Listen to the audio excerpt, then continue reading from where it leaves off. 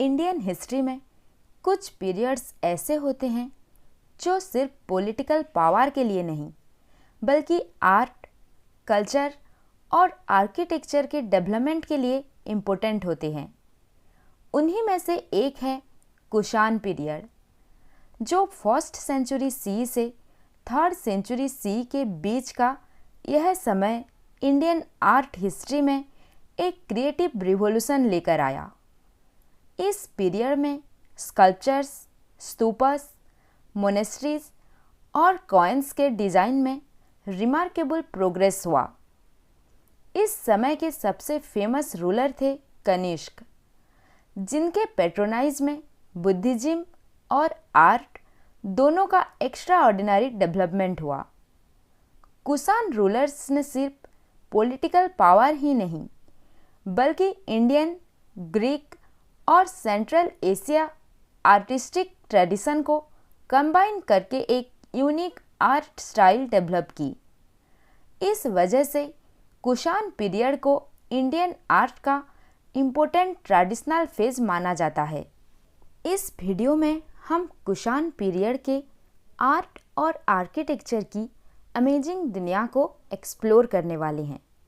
सबसे पहले जानेंगे इसका हिस्टोरिकल बैकग्राउंड के बारे में, फिर गांधार और मथुरा जैसे फेमस आर्ट स्कूल की स्पेशल फीचर को देखेंगे।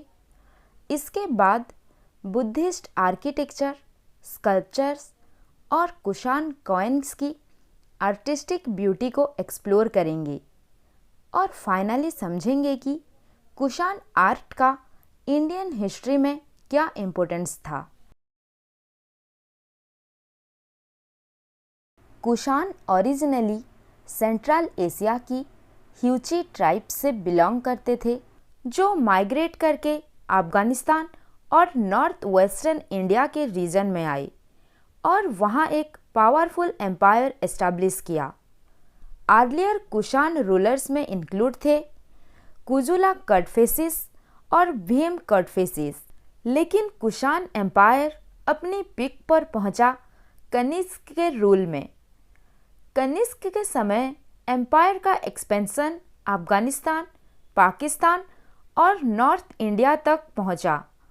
इम्पोर्टेंट सिटीज जैसे पेशावर और मथुरा मेजर कल्चरल सेंटर बन गई। इस पीरियड में सिल्क रोड ट्रेड रूट बहुत एक्टिव था।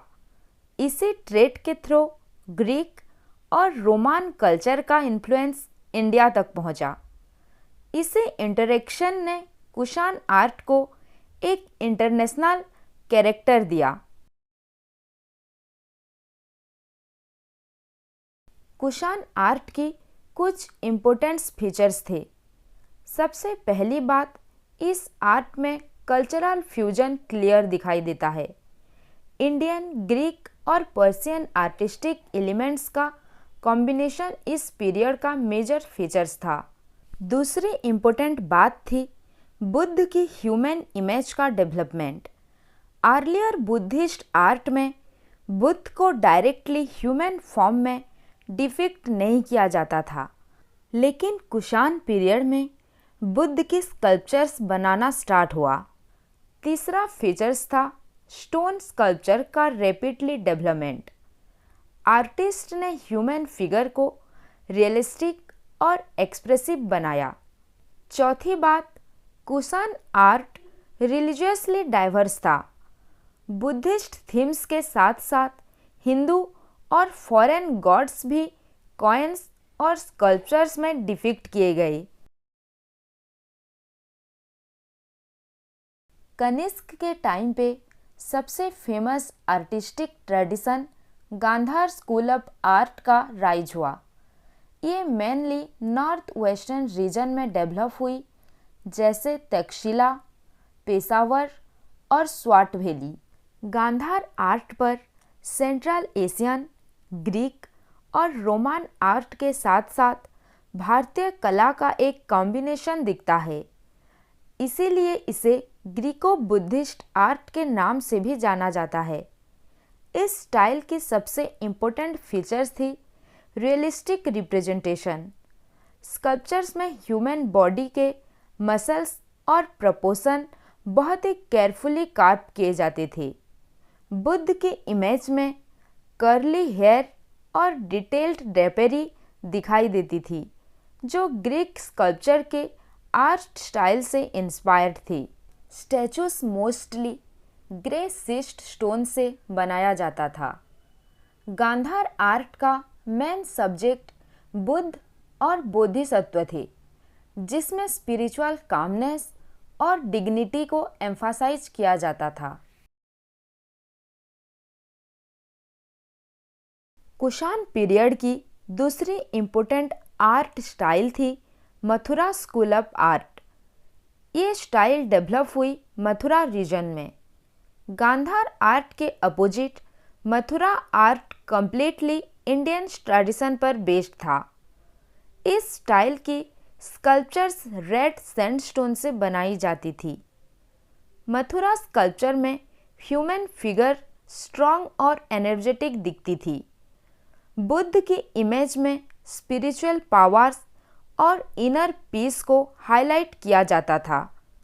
मथुरा आर्ट का एक और इम्पोर्टेंट एस्पेक्ट ये था कि यहाँ बुद्धिस्ट के साथ साथ हिंदू गॉड्स की भी स्कल्पचर बनाई गई, जैसे शिव और विष्णु। इससे पता चलता है कि कुषाण पीरियड रिलीजियसली टॉलरेंट था।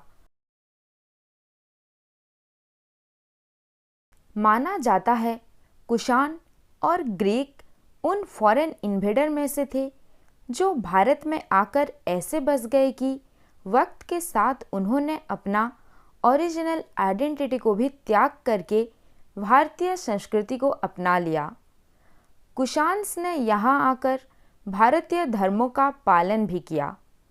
कुछ कुषाण्स किंग ने शैविज्म को अपनाया तो कुछ ने बुद्धिज्म को, और राजा कनिष्क बौद्ध धर्म के फॉलोअर्स थे। उनके शासन काल में कश्मीर में फोर्थ बुद्धिस्ट काउंसिल हुई। कुषाण पीरियड में बुद्धिस्ट आर्किटेक्चर का भी रिमार्केबल डेवलपमेंट हुआ। इम्पोर्टेंट आर्किटेक्चरल स्ट्रक्चर में इंक्लूड हैं स्तूपस, मोनेस्ट्रीज और चैत्य। सबसे फेमस स्ट्रक्चर था कनिष्क स्तूपा, जो पेशावर में कंस्ट्रक्ट हुआ था। हिस्टोरिकल सोर्स के अकॉर्डिंग ये स्तूपा बहुत ही ग्रैंड और टॉल स्ट्रक्चर था और बुद्धिस्ट पिलग्रिम्स के लिए एक इम्पोर्टेंट सेंटर बन गया। इसके अलावा बुद्धिस्ट मोनेस्ट्रीज भी बनाए गए, जहां मॉन्क्स स्टडी और मेडिटेशन करते थे। इम्पोर्टेंट मोनेस्ट्री साइट्स इंक्लूड हैं तख्तीवाही और Takshashila. Kushan coins Indian numismatics के हिस्ट्री में बहुत स्पेशल प्लेस रखते हैं। गोल्ड कॉइन्स स्पेशली फेमस थे और इन पर किंग्स और डिफरेंट गॉड्स की इमेज डिपिक्ट की गई थी। कॉइन्स ऑफ कनिष्क पर डिफरेंट रिलीजियस के गॉड मिलते हैं, जैसे शिव, ईरानियन डेटी मित्रा। ये कॉइन कुषाण एम्पायर की रिलीजियस डाइवर्सिटी और कल्चरल ओपननेस को शो करती है। कुषाण आर्ट का इम्पैक्ट बहुत वाइड था। सबसे पहली बात, इस पीरियड में बुद्ध की ह्यूमन इमेज डेवलप हुई, जो बाद में बुद्धिस्ट आर्ट का स्टैंडर्ड बन गई। दूसरी बात, कुषाण आर्ट ने बुद्धिज्म को सेंट्रल एशिया और चाइना तक स्प्रेड करने में इम्पोर्टेंट रोल प्ले किया। तीसरी बात, लेटर इंडियन आर्ट स्पेशली गुप्त पीरियड का क्लासिकल स्टाइल कुषाण आर्ट से ही इंस्पायर्ड था। इसलिए कुषाण आर्ट को इंडियन कल्चरल हिस्ट्री का एक इम्पोर्टेंट फाउंडेशन स्टेज माना गया है। कंक्लूजन में हम ये कह सकते हैं कि कुषाण पीरियड इंडियन आर्ट और आर्किटेक्चर के डेवलपमेंट का एक रिमार्केबल फेज था। इस पीरियड में गांधार और मथुरा जैसे आर्ट स्कूल डेवलप हुए, बुद्धिस्ट आर्किटेक्चर एक्सपेंड हुआ, स्कल्पचर्स और कॉइन्स में आर्टिस्टिक एक्सलेंस दिखाई दी, और सबसे इम्पोर्टेंट बात, कुषाण आर्ट ने इंडियन कल्चर को इंटरनेशनल आर्टिस्टिक ट्रेडिशन के साथ कनेक्ट की।